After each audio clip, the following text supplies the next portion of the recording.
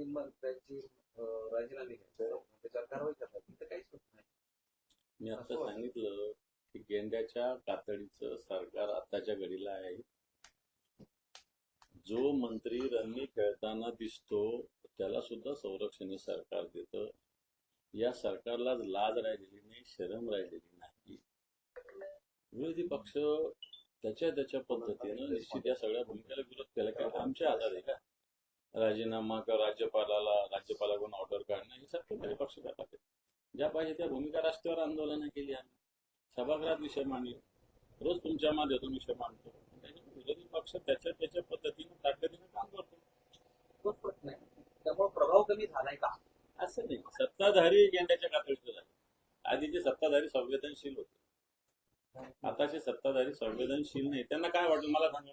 मुख्यमंत्री काय करतात दररोज, काय भूमिका घेतात? नाराजी, तीव्र नाराजी, कारवाई करू, तीव्र कारवाई करू, सहन केलं जाणार नाही, माफी नाही. याच्याशिवाय काय कारवाई काहीच नाही ना.